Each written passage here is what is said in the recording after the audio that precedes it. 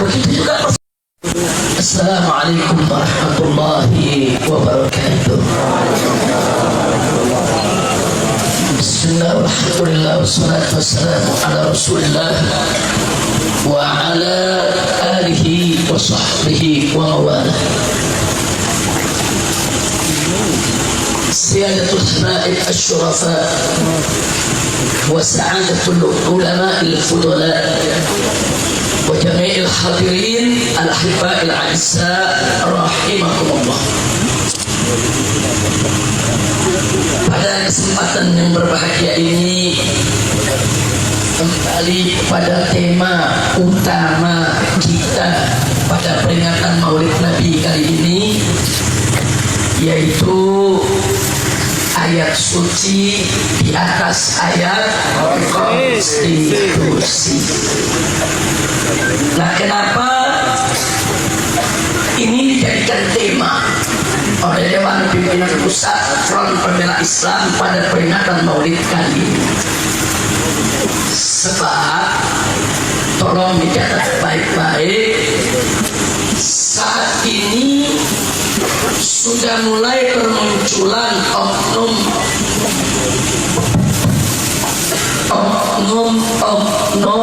habaib dan oknum kiai yang menganut fikih nyerah. Fikih nyerah. Saya kasih nama fikih. Maksudnya apa fikih nyerah?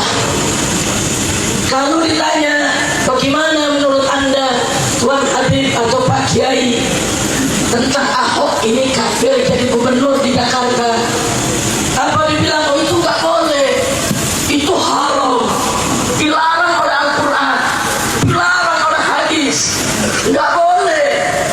Ya, tapi bagaimana? Udah konstitusi. Tapi bagaimana? Udah konstitusi. Ini namanya fikih.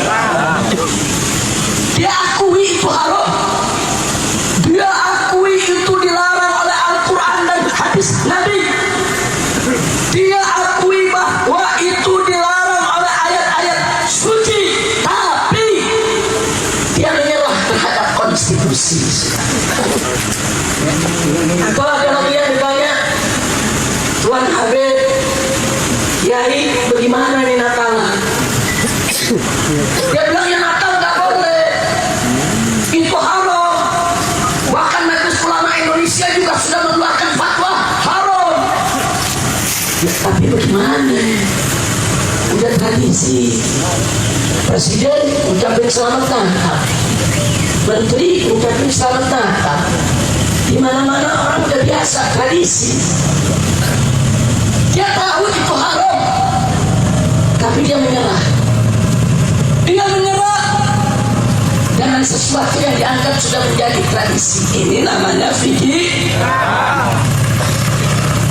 Ditanya Tuan Habib, Pak Kiai, bagaimana minuman keras? Oh, itu haram, dilaknat oleh Allah dan Rasulnya, dilarang oleh Al-Quran dan hadis.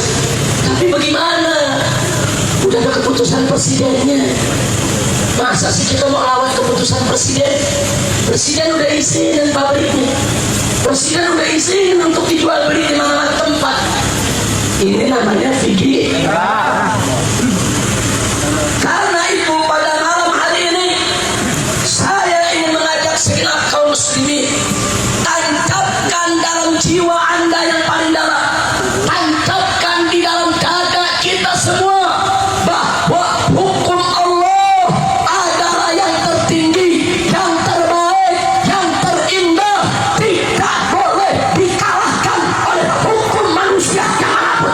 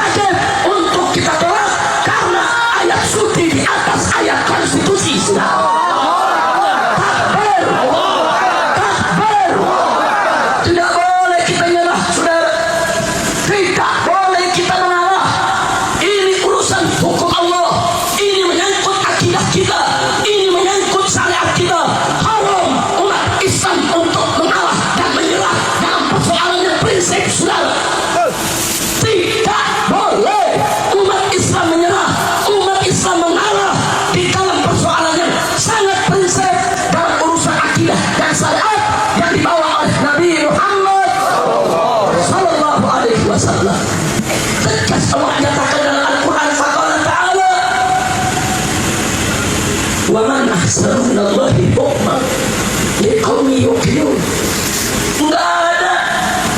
Enggak ada siapapun yang punya hukum lebih baik daripada hukum Allah.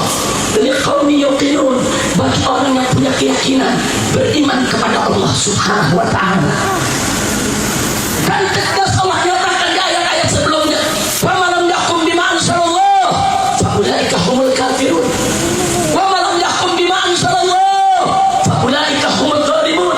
Wa man lam yahkum bima anzalallah fa ulaika humul fasiqun." Barang siapa yang tidak menghukum dengan apa yang diturunkan oleh Allah, maka mereka adalah kafir, zalim, fasik berdasarkan ayat Allah Subhanahu wa ta'ala. Begitu saya bertanya semua yang hadir di sini, yakinkah Anda bahwa hukum Allah yang tertinggi? Yakinkah Anda hukum Allah yang terbaik? Yakinkah Anda hukum Allah yang paling adil? Siapa yang maha adil? Siapa yang maha arif? Siapa yang maha bijak? Siapa yang maha agung? Siapa yang maha mulia? Siapa yang maha suci? Takbir! Sallu ala nabi.